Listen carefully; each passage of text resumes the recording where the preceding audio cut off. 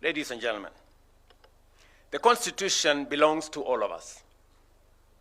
Its authority binds all of us. Its rights protects all of us. Its responsibilities call on all of us to account.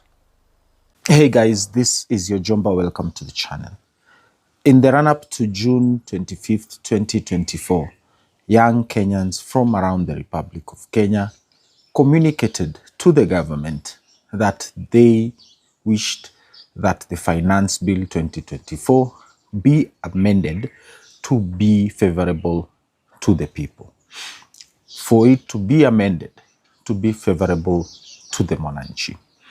However, in the run-up to June 2024, we witnessed an extremely arrogant president who was even talking about growing taxation, income tax from 15% all the way to 22% by the end of his term, even as the country was boiling with rage at President Ruto and his administration for extreme taxation.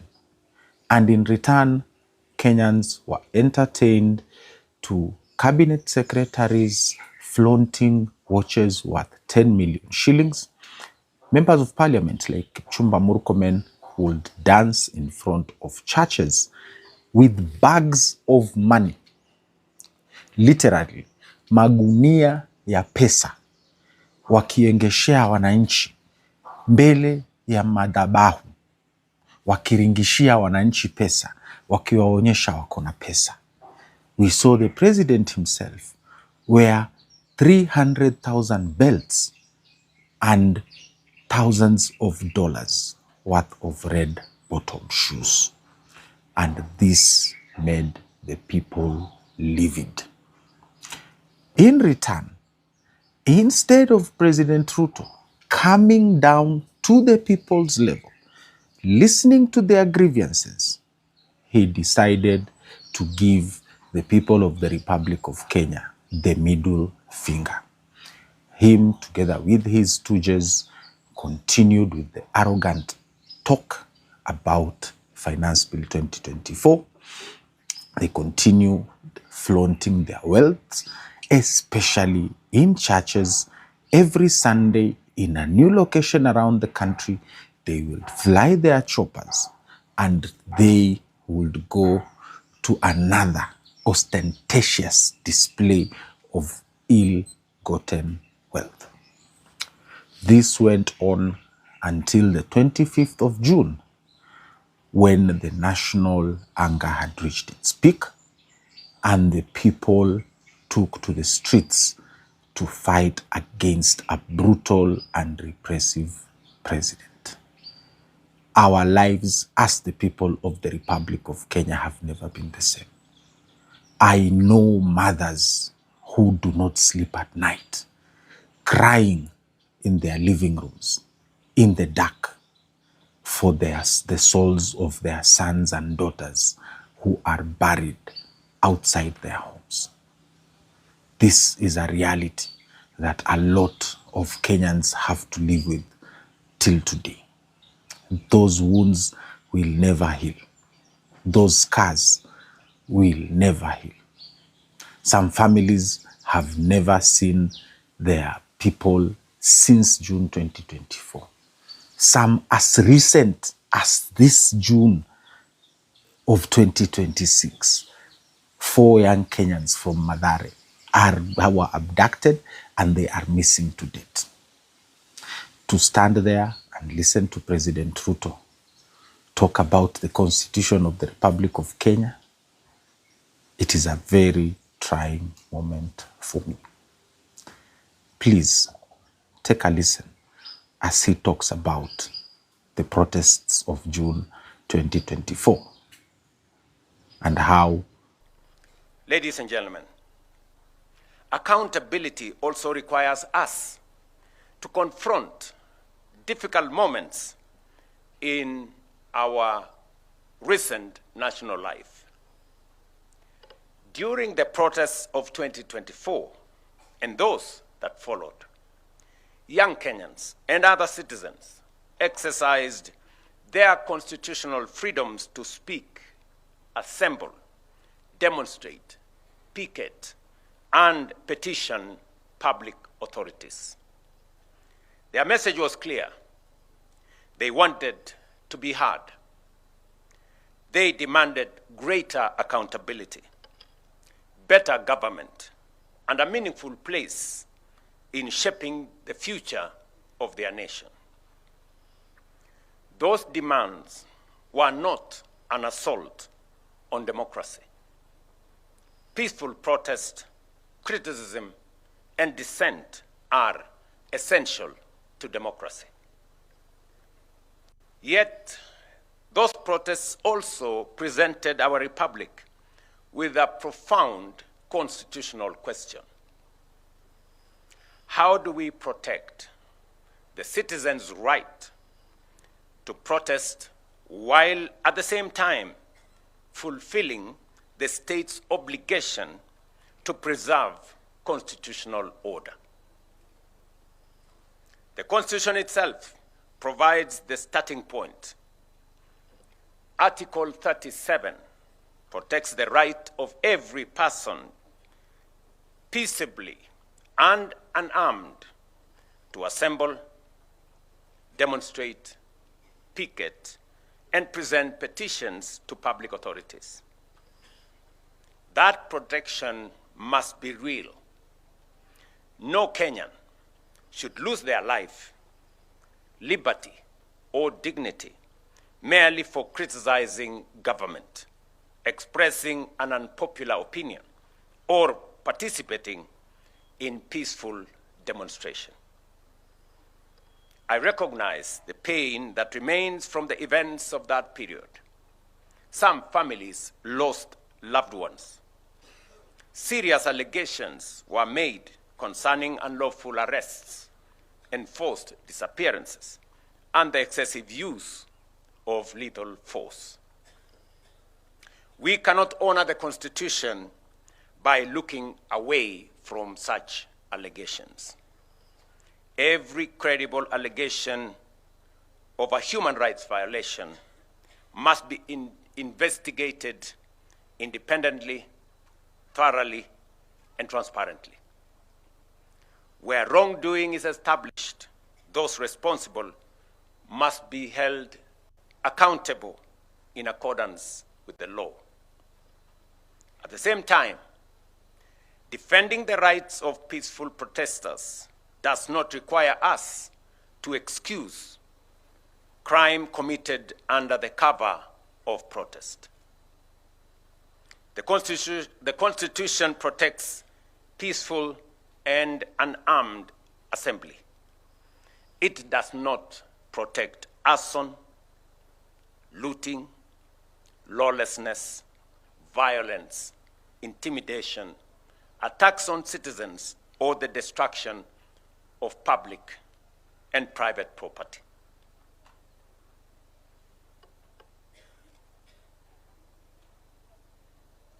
Sorry.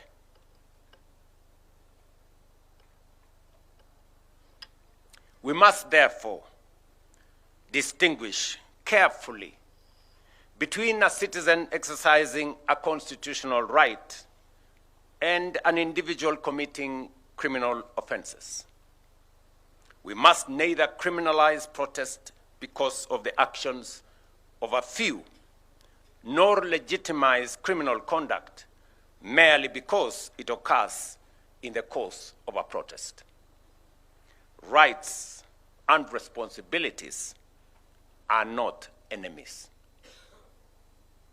Responsibility protects the conditions in which everyone's right can be enjoyed. The right to protest carries a responsibility to remain peaceful and unarmed. The duty to maintain order carries an obligation to respect life, dignity, and the law. The authority to govern carries a responsibility to listen. The authority And the freedom to disagree carries a responsibility to preserve the democratic institutions through which disagreement can be expressed and resolved. Government belongs to the people. Parliament belongs to the people. The courts belong to the people. The institutions of the republic belongs to the people. They may be criticized, challenged, and required to account, but they must not be destroyed, because they are the instruments through which the people govern themselves. Our national task, therefore, is not to choose between liberty and order. It is to build an order founded on liberty and to exercise liberty in a manner that preserves the constitutional order. My regular viewers, my request to you is that please do not forget to click the like button as you watch this video. This is a special request because the like button helps me and this content go further.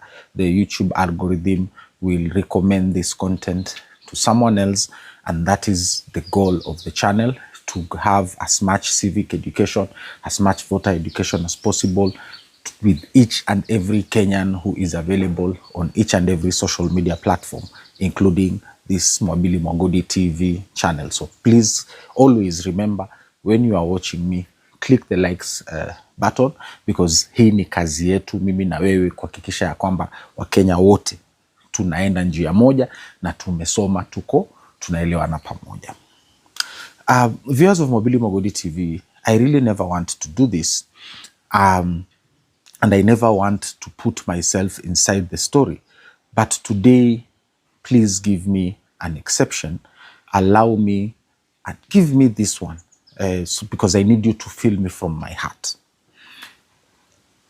For me to hear President Ruto talk about how the June 2024 protesters had a right, an inalienable right to protest and to have their voices heard, is extremely painful for me after witnessing those killings in cold blood, after witnessing thousands of abduction cases.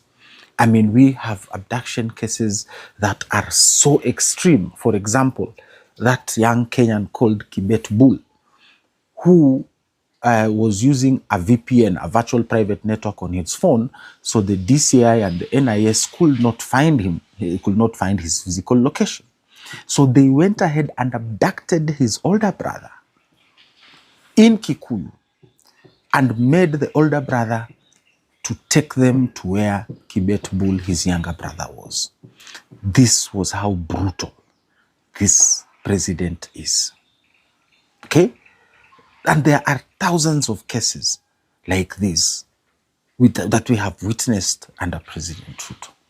So to hear him today, 2 years later, just over 2 years later, after he has put all these families through all this much pain, my abduction came to mind. Immediately I was handed over here at the border in Lungalunga, and these Kenyan agents, I don't know who, that rogue abduction squad of his, immediately started raining blows at me. Meanza kunipiga. Wananiambia leo ndio siku yako ya mwisho. Ndio mnajifanya nyinyi ndio magaidi. Today is your last day on earth. And I'm sitting there, terrified, but out of place. I never cared. I was ready to die. That is how bad I felt about this president at that moment, that I was on Twitter. I challenged your version of democracy by protesting and kicking you out of the pulpit of the ACK Pro Cathedral in Nyahururu, and then you decide that I will pay the price with my life. That my punishment should be that I am abducted, I am tortured, and I am threatened with being killed. Viewers of Mobili Mogodi TV, let me tell you, I have never been the same. Since that experience, I have never been the same. To hear him say all that nonsense about the Constitution, I'm at a different level, guys. I don't fear death. For me, I sometimes wish that President Ruto should have made that call in July 2025 to have me killed. I would have been better off dead than to live in the misery that he is putting the people of the Republic of Kenya through. The mothers of all the children he has killed, all the children he has abducted who have been missing since June 2024. All the sisters and brothers and friends of all these victims of a senseless and brutal president whose only objective is to grab and maintain power at all costs. President Ruto, I am telling you, if it means he has to kill his own children just so that he can retain power on 10th August 2027, viewers of Mobili Mogodi TV, I am telling you, he will do it. And I know some of you, my viewers, will be concerned. Please, allow me this pain. Allow me to document it. In as much as both of us, you, my viewers, and I come here in the hope that we learn something new every day. We inform each other of what is going on. We teach each other. In the comments, when you guys put your comments there, you teach me something new every day. My viewers like Mr. Charles Ouko, Helen of Troy, Asanteni San. Allow me today to document the pain that I have for the families of all the victims of this senseless and brutal president. President Ruto is a criminal who is supposed to be spending time in jail as we speak. And on 11th August, it must be clear. Either he goes and waits for the handing over ceremony at committee, or he goes on exile in Dubai. Because there is no single president, including the colonial government, that has made Kenyans suffer more than the government of President William Kipchirchir Samoei Arap Ruto. I travel this country. I interact with Kenyans. And President Ruto is referred to by Kenyans in villages around this country as a murderer. Muuaji wa watoto. That is his claim to fame. He can talk about the economy and his trillions of theft he is doing. He can talk about healthcare and how much he's looting in SHA. He can talk about education and how badly he has destroyed it. Just yesterday, I learned that the Moi County Referral Hospital has now closed the outpatient department because nurses are on strike.